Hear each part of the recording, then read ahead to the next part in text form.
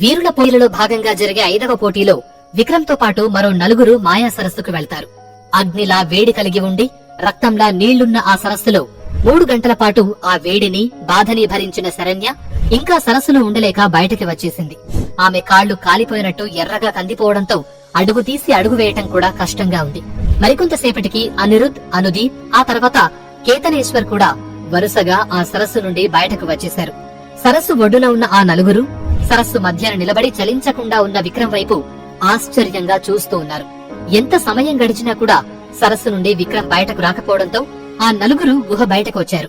అక్కడ మహామంత్రి వారి కోసం ఎదురు చూస్తూ ఉన్నాడు. గుహ బయటకు అడుగుపెట్టిన మరుక్షణం అందరి గాయాలు మారిపోయాయి. వారికే తెలియని ఒక కొత్త శక్తి వారిలోకి ప్రవేశించినట్లు అనుభూతి చెందుతూ ఉన్నారు. కొత్త ఉత్సాహంతో ఉన్న వారిని గమనిస్తూ విక్రమ్ ఎక్కడా అని అనుమానంగా అడిగాడు మహామంత్రి. అతను రాలేదు, ఇంకా సరస్సులోనే ఉన్నాడు అని చెప్పింది శరణ్యదేవి. ఇంకానా అని ఆశ్చర్యపోయాడు మహామంత్రి. అవును, అది కూడా సరస్సు మధ్యలోకి వెళ్లి నిలబడ్డాడు అన్నది శరణ్యాదేవి. అవునా, నిజమా? వారు ఇంకా ప్రాణాలతోనే ఉన్నారా లేదా అంటూ అడగలేక ఆగిపోయాడు మహామంత్రి. ఆయన మాటలకు ఏమని చెప్పాలో అర్థం కాక ఒకరి ముఖాలు ఒకరు చూసుకున్నారు ఆ 4. మీరలా అడిగితే ఏమని సమాధానం చెప్పాలో అర్థం కావటం లేదు. అక్కడ నిలబడైతే ఉన్నాడు అని శరణ్య చెప్పగానే, సరే మీరు కాసేపు ఇక్కడే విశ్రాంతి తీసుకోండి, కొద్దిసేపు వేచి చూద్దాం అన్నాడు మహామంత్రి. అందరూ సరే అని పక్కనే ఉన్న పచ్చిక బయలు మీద కూర్చున్నారు. అప్పుడే అక్కడికి వచ్చిన రక్షక దళంలోని ఒకరు గుహ నుండి బయటకు వచ్చిన తర్వాత ఇక్కడ ఉండకూడదు అని అన్నాడు. క్షమించాలి, మరో వీరుడు ఇంకా గుహ లోపలే ఉన్నాడు, అందుకే మేము అతని కోసం ఎదురు చూస్తూ ఉన్నాం అన్నాడు మహామంత్రి.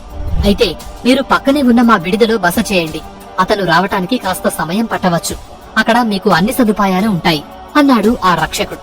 విక్రమ్ ఎప్పుడు వస్తాడో అనుకుంటూ అందరూ అతన్ని అనుసరించారు. మరోపక్క సరస్సులో విక్రమ్ ఒళ్ళు విపరీతంగా మండుతుంది. మరో మనిషి అయితే ఈ పాటికి సరస్సు నుండి బయటకు వచ్చేసేవారే. విక్రమ్ మాత్రం ఆ నొప్పిని మునిపంటి కింద భరిస్తూ అలాగే నిలబడి ఉన్నాడు. ఇప్పటికీ విక్రమ్ శరీరం ఇంకా కాస్త బలహీనంగానే ఉంది. కనీసం ఈ శక్తి వల్ల అయినా అతని శరీర బలం పెరుగుతుందని విక్రమ్ ఆశ.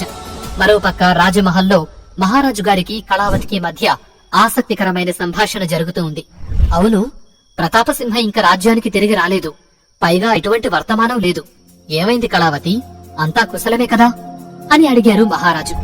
ఈ రోజే సమాచారం వచ్చింది స్వామి, ఆరావళి గారు ప్రత్యేక శిక్షణనిస్తున్నారట, త్వరలోనే మిమ్మల్ని చూడటానికి వస్తానన్నాడు అన్నది కళావతి. నేను ఒకసారి వెళ్లి ఆరావళి దేవి గారిని కలిసి వస్తే మంచిదేమో అని మహారాజు అనటంతో మిమ్మల్ని ఆవిడే పిలుస్తానన్నారు, అప్పటిదాకా ఎదురు చూడటం మంచిది అని అంది కళావతి. నువ్వు చెప్పింది నిజమే, కాని ప్రతాపసింహకు విక్రమ్ కు మధ్య ఏదో సమస్య వచ్చిందని విన్నాను, ఏమిటది అని తను విన్న విషయాలు నిజమా కాదా తెలుసుకోవాలని అడిగాడు మహారాజు. రాజుగారికి ఏం సమాధానమివ్వాలో అర్థం కాక ఒక క్షణం మౌనంగా ఉన్న కళావతి ఏదో గుర్తుకు రావటంతో, మీరు విన్నది నిజమే, శరణ్యదేవి వలన వారిద్దరి మధ్య చిన్న సమస్య వచ్చింది అని మనసులో అల్లుకున్న కథను చెప్పడం మొదలుపెట్టింది. శరణ్యదేవి వల్ల సమస్య అంటే ఏమిటి, ఎందుకు అని అనుమానంగా అడిగారు ఆయన. నిజానికి ఇది పెద్ద సమస్య కాదు మహారాజా, మీకు తెలిసిందే కదా విక్రమసింహ యువరాజు గారి ఆరోగ్య పరిస్థితి. ఒకప్పుడు శరణ్యదేవి గారిని అతనికిచ్చి పెళ్లి చేయాలనుకున్నారు కదా అని ఆగింది. ఆమె వైపు చూసిన మహారాజు, అవును నేను కూడా మాట ఇచ్చాను కదా శరణ్యదేవి మన ఇంటి కోడలని, మరి సమస్య ఎక్కడ వచ్చింది అని అనుమానంగా అడిగారు. విక్రమ్ ఆరోగ్య పరిస్థితి రోజు రోజుకి దిగజారిపోతూ ఉండటంతో శరణ్యను విక్రమ్ కి పెళ్లి చేయటం బండారి గారికి ఇబ్బందిగా అనిపించింది. అదే విషయం నాకు తెలిసింది. ఒక పక్క మీ మాట, మరో పక్క ఒక అమ్మాయి జీవితం. అందుకే నేను బాగా ఆలోచించి అటు మీ మాట పోకుండా ఆ అమ్మాయి జీవితం పాడవకుండా మన ప్రతాపసింహకి శరణ్యనిచ్చి వివాహం చేస్తానని చూచాయగా అన్నారు అంటూ మహారాజు గారు ఏమంటారు అని చూస్తూ ఉంది. ఒక్క క్షణం మౌనంగా ఆలోచించిన మహారాజు గారు, సరే నీ ఆలోచనలో కూడా తప్పు లేదు కదా అని అన్నాడు. అవును మహారాజా, విక్రమ్ మంచం మీద ఉన్న సమయంలోనే ఇదంతా జరిగింది. దేవుడి దయవల్ల యువరాజు ఆరోగ్యవంతుడిగా అయ్యారు, కాని ఈ విషయం తెలిసి నేనేదో కావాలని శరణ్యదేవిని విక్రమ్ ని విడదీశానని అపార్థం చేసుకున్నారు అని ఆగింది.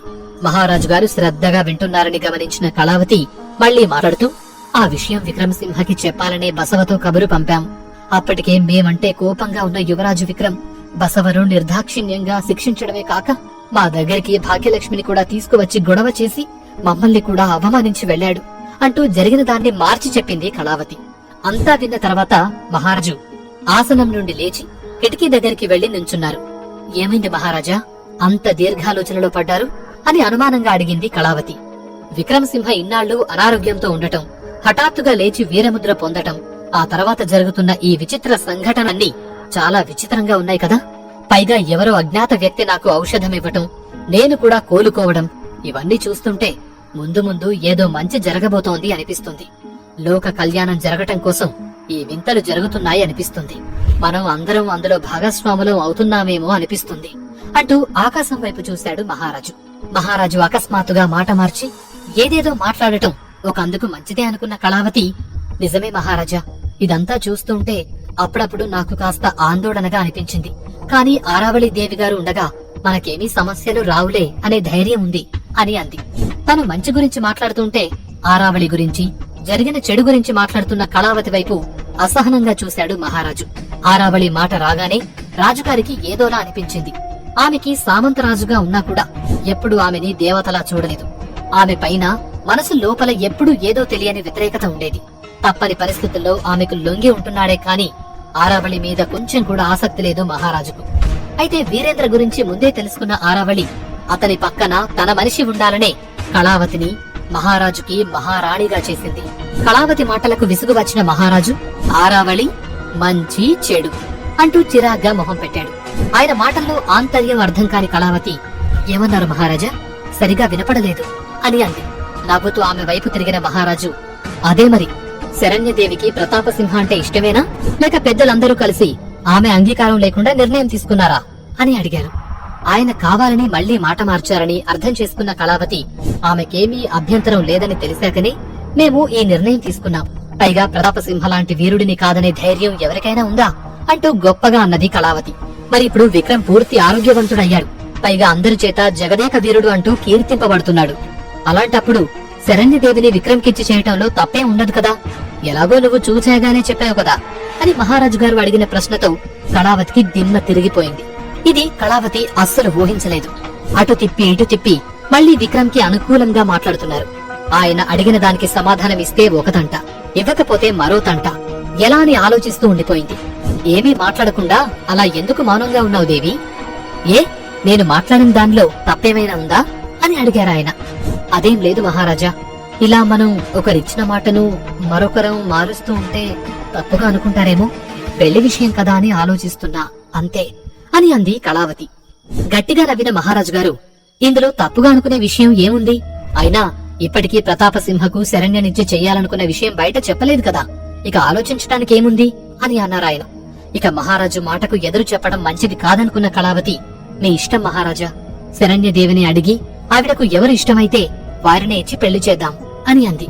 మంచి సలహా దేవి, అలాగే ఆ అమ్మాయినే కనుక్కొని చూద్దాం అని అన్నాడు మహారాజు. ఆ తర్వాత రాజ్య పరిస్థితుల గురించి ఇద్దరు చాలాసేపు మాట్లాడుకున్నారు. ఇదేమీ తెలియని ప్రతాపసింహ ఆరావళి దగ్గర ప్రత్యేక శిక్షణ తీసుకుంటూ రోజు రోజుకి యుద్ధ విద్యలలో రాటుదేలుతూ ఉన్నాడు. ఆ శిక్షణలో భాగంగా ప్రతాప్తో మాట్లాడుతున్న సేతుపతి, నీ ప్రాణాలు కావాలనుకుంటే ఈ రోజు ఆ 2 పులులను చంపి బయటకి రా అంటూ బాగా ఆకలిగా ఉన్న పులుల బోనులో వదిలేసి వచ్చాడు. ఇన్ని నెలల్లో ప్రతాపసింహ మీద ఇలాంటి చిత్ర విచిత్రమైన ప్రయోగాలు ఎన్నో చేశాడు సేతుపతి. అంతలో చేతిలో బుట్ట, అందులో అడవి పూలతో అక్కడికి వచ్చిన ఆరావళి సేతుపతిని చూసి, ఇంకెన్నాళ్లు అతనికి నువ్వే శిక్షణనిస్తావు అని అడిగింది. విరక్తిగా నవ్విన సేతుపతి, ఈ రాజ్యంలో ప్రతాపసింహ గురించి ఎన్నో వీరగాథలున్నాయి. అతను వీరాధి వీరుడని, అదని ఇదని రకరకాల కథలు చెబుతూ ఉన్నారు. ఇక్కడ చూడబోతే అతని ప్రతిభ మన సైన్యంలో ఉండే సాధారణ సైనికుడికి కూడా సరితూగటం లేదు అని అన్నాడు.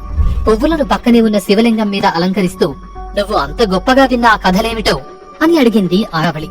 ఏమిన్నాను అనేది పక్కన పెడితే నాకు సందేహం దేవి, అసలు ఆ కథలలో వీరుడు ఈ ప్రతాపసింహ ఒకడేనా అని అనుమానంగా అడిగాడు సేతుపతి. ఆ ప్రశ్నకి ఆరావళి గట్టిగా నవ్వేసింది. ఆవిడ ఎందుకలా నవ్వుతుందో అర్థం కాక అయోమయంగా ఆమె వైపు చూస్తూ ఉన్నాడు. అవన్నీ కల్పిత కథలే, కళావతి చాలా తెలివిగా ప్రతాపసింహను బలివ్వటానికి సిద్ధం చేస్తుంది అని అంది ఆరావళి. ఆ మాట వినగానే సేతుపతి బుర్రగోకుంటూ, అదేంటి దేవి, ప్రతాపసింహను ఆమె చాలా ప్రేమగా చూసుకుంటుంది అంటారు, అలాంటి ఆవిడకు అతన్ని బలి చేయాల్సిన అవసరం ఏముంది అని అయోమయంగా అడగగానే, ఆమె తన సొంత కొడుకు కోసం ఇదంతా చేస్తుంది. ఇక్కడ రాజ్య సింహాసనం కోసం పోటీ పడేవారు మొదట చేసే పని ఏంటో తెలుసా? ఆ సింహాసనం కోసం పోటీ పడే వాళ్లను మట్టు పెట్టడం. అందుకే కళావతి ప్రతాప్ను ఎన్నుకుంది, అతన్ని ఎరగా ముందు పెట్టింది. అతను వీరుడు అంటూ కట్టు కథలు బయటికి వదిలింది.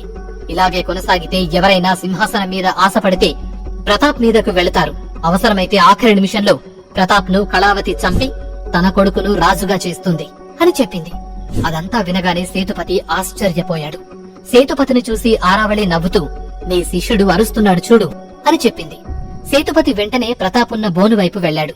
బోనులో 2 పులులు నిర్జీవంగా పడి ఉన్నాయి. ప్రతాప్ కూడా ఒంటి నిండా గాయాలతో ఉన్నాడు. సేతుపతి వెంటనే వెళ్లి ప్రతాప్ ను బయటకు తీసుకువచ్చి సహాయకులను పిలిచి వాళ్లకు అప్పజెప్పాడు. అప్పటికే చాలా రక్తం పోవడంతో స్పృహ తప్పే పరిస్థితిలో ఉన్నాడు ప్రతాప్. మరోవైపు రాత్రైనా కూడా విక్రమ్ ఇంకా గుహ నుండి బయటకు రాకపోవడంతో అందరిలో ఆందోళన పెరిగిపోయింది. ఒకవేళ విక్రమ్ సరస్సులో పడిపోలేదు కదా, అలా జరిగితే ఎముకల ఆనవాళ్లు కూడా కనిపించవు అని అనుకుంటూ ఉన్నారు. ఆ మాటలకు శరణ్యదేవిలో కంగారు మరింత పెరిగింది.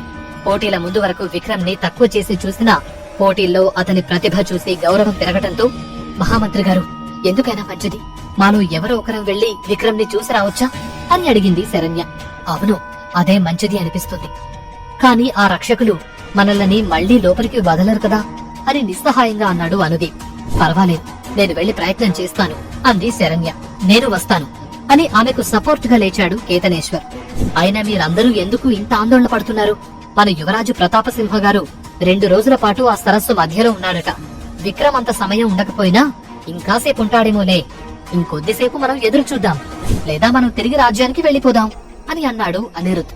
ఆ మాటలు వినగానే మహామంత్రికి పొలమారినట్లయి దగ్గొచ్చింది. నిజంగా ప్రతాపసింహ అక్కడ 2 రోజులున్నాడా? సరస్సు లోపల ఉన్న విక్రమ్ పరిస్థితి ఏమిటి? శరణ్య మళ్లీ లోపలికి వెళుతుందా?